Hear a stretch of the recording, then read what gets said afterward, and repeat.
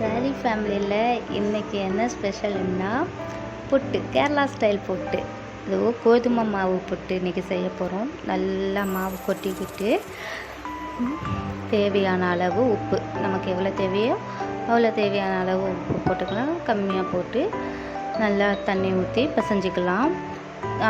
ரொம்ப பதம் பார்த்து எடுக்கணும். இது மாவு பிசைகிறதுன்றது தான் இம்பார்ட்டண்டான விஷயம். நல்லபடியாக ரொம்ப தண்ணி ஊற்ற வேண்டாம், கம்மியாக தண்ணி சேர்த்து கையில் ஒட்டாத அளவுக்கு மணலாக இருந்தால் பார்த்தாலே தெரியும் உங்களுக்கு. அப்படியே மெதுவாக இருக்கும், சாஃப்டாக இருக்கும். அந்த அளவுக்கு நம்ம எடுத்துக்கணும் மாவை நல்லா பிசைஞ்சு.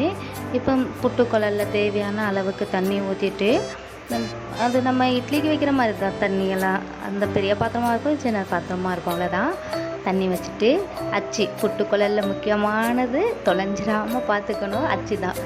ஏன்னா அது இல்லைன்னா பண்ண முடியாது. சில வீட்டில் குழல் இருக்கும், அச்சு காணும் தேடுவாங்க. அதே போல் தான் நான் எங்கள் அத்தை வீட்டில் தான் சில நேரம் இப்படி தான் தேடுவோம்.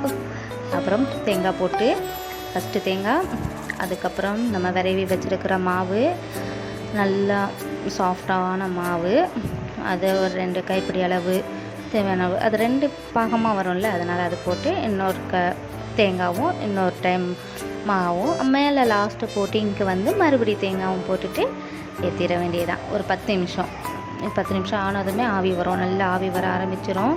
போக வந்து அந்த வாசம் சூப்பராக இருக்குங்க.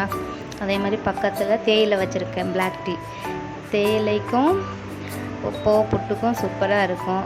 அதாவது நம்ம ஊர் சைடு வந்து கடுங்காப்பின்னு சொல்லுவோம், அவங்க வந்து கேரளா சைடு வந்து தேயிலை. இப்போ புட்டு செஞ்சு இவ்வளோ நேரம் செஞ்சது வேஸ்ட் ஆகாமல் இருக்கணும்னா மெதுவாக அதை குத்தி எடுக்கணுங்க. அதுதான் உடையாமல் வரணும், 2 பாகமாக வரும். இப்படி இருந்தால் ஓகே. இதில் நம்ம வேகமாக குத்திட்டோன்னா அப்படி உடஞ்சிடும். இது நல்லா வெந்ததுனால உடையாது, ஆனால் சாஃப்டாக எடுக்கணும் நம்ம. அடுத்தது வந்து பச்சை பயிறு நைட்டே ஊற போட்டு வச்சாச்சு, நல்லா ஊறி போய் இருக்குது. இப்போ அது வேறு தண்ணி மாற்றிட்டு பயிரை ஒரு சைடு அவிச்சு எடுத்துக்கலாம். எப்பவும் போல் ஆஸ் யூஷுவல் பப்படம். ஏன்னா எங்கள் ஹஸ்பண்ட் வந்து மார்த்தாண்டம், நான் வந்து திருச்செந்தூர். அதனால் இதெல்லாம் எங்கள் அத்தை சொல்லி தந்தது தான். நான் மேரேஜுக்கு அப்புறம் தான் நான் புட்டே சாப்பிட ஆரம்பித்தேன். அவங்க செய்கிறத பார்த்து கற்றுக்கிட்டேன். நல்லா செய்வாங்க அத்தை, அவங்க சொல்லி தந்து தான் நான் கற்றுக்கிட்டேன்.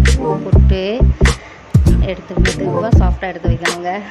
ரொம்ப அழுத்தி பிடிச்சா உடஞ்சிடும் இவ்வளோ நேரம் செஞ்சதுனால. அதுக்கப்புறம் பச்சை பயிறு ரொம்ப குழைய விட வேண்டாம், நம்ம நார்மலாக சாப்பிட்ற மாதிரி இருக்கணும். சில பேர் ரொம்ப குழைச்சிருவாங்க, அதனால தான் பதமாக அழகாக நல்லாயிருக்கும், புட்டுக்கு நல்லாயிருக்கும் சாப்பிட்றதுக்கு. அப்போல்லாம் வந்து பெருசாக நான் பிடிக்காமல் கட் பண்ணிடுவேன். 4 பாகமாக கட் பண்ணிவிட்டு அது யாருக்கு ரொம்ப பிடிக்கும், அதான் சாப்பிடுவாங்க. நல்லா சாப்பிடுவா. அப்போல்லாம் பப்படம் ரொம்ப சாப்பிடுவாள் ரியா. மீதியாக சாப்பிட மாட்டா. வாழைப்பழம் இதெல்லாம் எப்படி சாப்பிடணும்னா எல்லாமே மொத்தமாக வச்சு சாப்பிடணும். தகட்டாமல் இருக்கும்ல நம்ம சாப்பிடும்போது கொஞ்சம், அதுக்காக தேயிலை